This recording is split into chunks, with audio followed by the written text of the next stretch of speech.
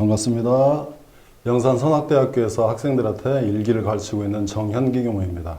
오늘 1차 강의는 원불교 일기법은 무엇인가로 먼저 들어가도록 하겠습니다. 대체로 이제 원불교 교도님들도 그러시고, 그리고 또 일반 모르시는 분들은 원불교의 특징, 원불교 교법의 특징이라고 하면 일기법이라고 말씀하시는 경우가 있어요. 맞긴 맞죠. 왜냐면 다른 불교나 유교에서는 보지 못했던 법이니까. 근데 실제로 원불교의 가장 핵심적인 특징은 그냥 말 그대로 인생의효도 사은사요, 공부에도 삼학팔조가 그 특징이에요. 근데 그걸 또 실현시킬 수 있도록 내놓으신 게 훈련법입니다. 실제로 원불교의 가장 특징적인 것은 이 훈련법입니다. 훈련법. 인생의효도와 공부의효도를 실현시킬 수 있도록, 생활 속에 실현시킬 수 있도록 해놓으신 그 훈련법이 특징입니다. 그거를 체계적으로 점검하고 또 활용할 수 있도록 해놓으신 것이 일기법이라는 부분을 알고 시작해 주셨으면 좋겠습니다. 그리고 일기법은 두 개가 있죠. 원불교 일기법에 들어가 보면 상시일기, 정기일기가 있어요. 그러면 상시일기, 정기일기를 물어보면 사람들은 상시일기인가 언제나 이렇게 쓰면 되는 부분인가? 그리고 정기일기는 어때 정할 때 쓰는 거 보니까 그렇게 생각하시는 분들이 많은데 그런 부분들이 아니에요. 상시일기는 대종사님께서 내놓으신 상시훈련법을 사실적으로 점검하고 체계적으로 도와주는 법이 상시훈련법이에요. 상시일기예요. 그 다음에 정기일기는 정기훈련법을 사실적으로 점검하고 체계적으로 도와주는 게 정기일기법이에요. 이걸 아주 명심하고 알고 있어야 돼요. 왜 그러냐면 대종사님 곳곳에 이제 법문들이 있는 일기법, 자선 부분이 있는데 이 법이 무엇인지 또 어떤 목적성을 가지고 있는지에 대한 또 어떤 위치에 있는지를 명확히 알지 못하면 그냥 평범하게 공부를 할 수밖에 없는 그런 상황이 돼요. 체계적으로 공부가 되지 않는 부분이 있어요. 그러니까 상시일기는 상시훈련법, 정기일기는 정기훈련법에 그 목적을 두고 있다는 것을 명심해야 됩니다. 그리고 이제 일기법에 대한 부분을 이제 이해를 하는 데서 여러 가지 각도가 있어요. 첫 번째는 무시선법 입장에서 그 일기법을 바라볼 수가 있고, 또 고락에 대한 법문 입장에서 일기법을 바라볼 수도 있고. 근데 이제 오늘은 이제 이 강의가 이제 신입생, 신입 교도님들이나 원불교 처음 입문하는 분들에게 하는 강의이기 때문에 아주 기초적이고 또 처음 등장하는 개교 동기 입장에서 이 부분을 한번 밝혀드리도록 하겠습니다. 우리가 이제 개교 동기를 보면 한번 이제 전서가 있으면 전서를 한번 쭉 펴보시면 좋겠어요. 개교 동기를 쭉 보시면 이제 한쪽이 안 되는 부분으로 이제 함축되는 내용이 있죠. 근데 이 내용을 한번 쭉 관찰하다 보면 특징적인 게 하나가 있어요. 왜 그러냐면 언어에 대한 특징적인 것이 볼 수가 있어요. 왜 그러냐면 대종사님께서 이 외상을 내가 왜 피고 또 이 교법을 왜 내는 거에 대한 것을 밝혀놓으신 부분인데, 첫 번째 등장하는 단어들이 제일 많이 등장하는 단어들이 한번 살펴보시면 무엇이 제일 많이 등장하는지 한번 살펴보세요. 그게 확인이 되면 전쟁 용어가 상당히 많이 살펴 들어가 있어요. 노예, 지배, 세력, 항복 이런 표현들이 굉장히 강하게 써 있어요. 대종사님께서 맨 처음에 이 교법을 내놓고 정전을 처음 펴놓는데 가장 거룩하고 부드럽고 사람들이 거부감이 없는 내용으로 할 법 하신데 내용에 있어서는 굉장히 강한 표현으로 시작을 하세요. 왜 그러냐? 대종사님께서 현실, 또 미래를 바라보는 입장에서의 이 세상이 어떻게 되어질지를 예시한 것이죠. 진단은 현실 진단, 미래 진단에 대한 부분을 밝혀놓으신 거예요.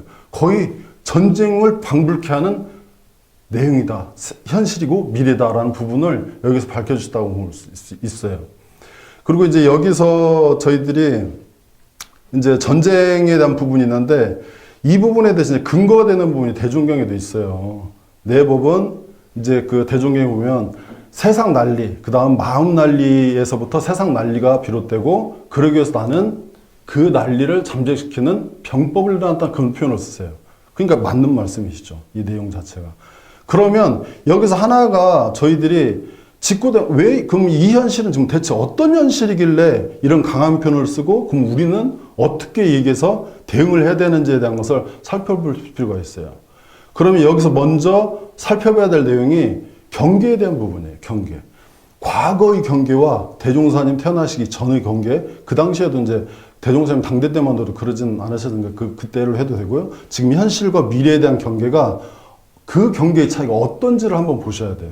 이게 처음 엄불교 입문하신 분들은 경계가 뭐다냐 이렇게 그렇게 먼다 하는 분들이 있을 수가 있는데 경계라는 것은 실제로 내 육군 있죠. 아니, 비,설, 신의 육군이 접촉되는 일체 대상과 현실을 경계라고 그래요. 불교적 용어로요.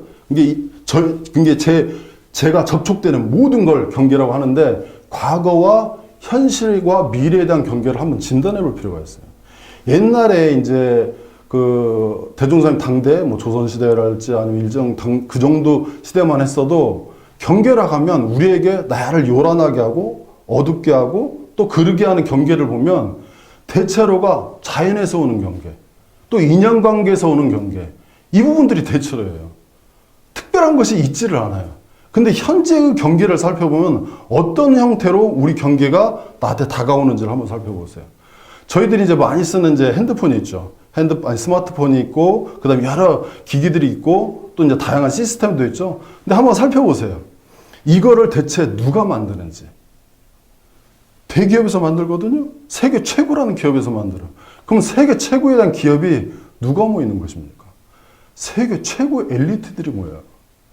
엘리트들이 모여서 기계에 대한 디자인, 또 사람에 대한 심리를 분석해서 사람들이 끌릴 수 있도록 하는 어떤 여러 가지 시스템, 그 다음에 내용, 수많은 것들을 가장 어마어마한 재력을 투자된 가운데 가장 뛰어난 엘리트들이 집중적으로 그것을 만들어내고 있는 거예요. 근데 자세히 살펴보세요. 만들고 있는 그 모든 흐름의 방향 어디로 끌고 가고 있는지. 결국은요, 소비자의 마음이에요. 결국은 우리들의 마음을 두드리고 있는 거예요. 마음을. 그냥 두드리는 게 아니라 전략적으로 두드리는 거예요. 전략적으로 두드리는 거예요. 저희들 기계를 보세요. 스마트폰 같은 경우도 요새 노트 이제 20이 나왔는데 보면은 실제로 저희들이 그 핸드폰이 저희들이 손에 쥐어진가 매장이 없어요. 지금 광고만 하고 있어요. 근데도 이미 끌리고 있죠. 왜 그러냐면 그거에 대한 가치를 알고 있기 때문이에요. 그만큼 우리가 실제 현실에 있지 않은 가운데서도 이 경계에 대한 끊임없이 끌리는 건데 이게 거의 다 전략적으로 온다는 거예요. 근데 저희들이 한번 반성을 해보십시오. 우리들은 그렇다면 어떻게 그런 경계들을 대하고 있는지. 무방비죠. 모든 기업이나 사업체들에서는 철저하게 사람들 마음을 움직일 수 있는 전략을 세워서 홍보하고 그 다음 기계를 만들어내고 우리에게 배포하는데 우리는 어떻게 받아들이는지 무방비죠. 그래서 대종사님께서 훈련법을 내놓으신 거예요. 그 훈련법을 또 체계적으로 저희들이 점검하고 또 도움을 줄 수 있도록 한 것이 일기법이라는 것을 명심해야 됩니다. 일기법을 딱 보면은 저희들이 전세에 보시면요. 구조가 상시일기, 요문형, 학습상황, 계문, 그 다음에 그 태조사, 정기일기법에서는 작업시간, 수입지출, 심신작용 처리권, 감각감성이 이렇게 있는데 이 부분을 이제 한번 차근차근 배워갈 건데요. 이게 이 현실에, 미래에 왜 필요한지를 알게 될 거예요. 그리고 대종사님께서는 이 일기법에 대한 내용을 단순하게 현실의 그러한 경계를 대해서 대처할 수 있는 법으로만 내놓으신 게 아니라 우리 현실 속에서 내가 내 스스로 인격을 어떻게 하면 완성, 그걸 이제 더 크게 말하면 내가 어떻게 하면 성인에 대한 인격, 성인과 같은 부처님과 인격과 같은 인격으로 만들 수 있을 것인지, 또한 우리가 삶을 또 떠날 수가 없잖아요. 대종사님 교법이 대의가 영육상전이거든요. 영육상전 입장에서도 또 생활이 무시될 수가 없잖아요.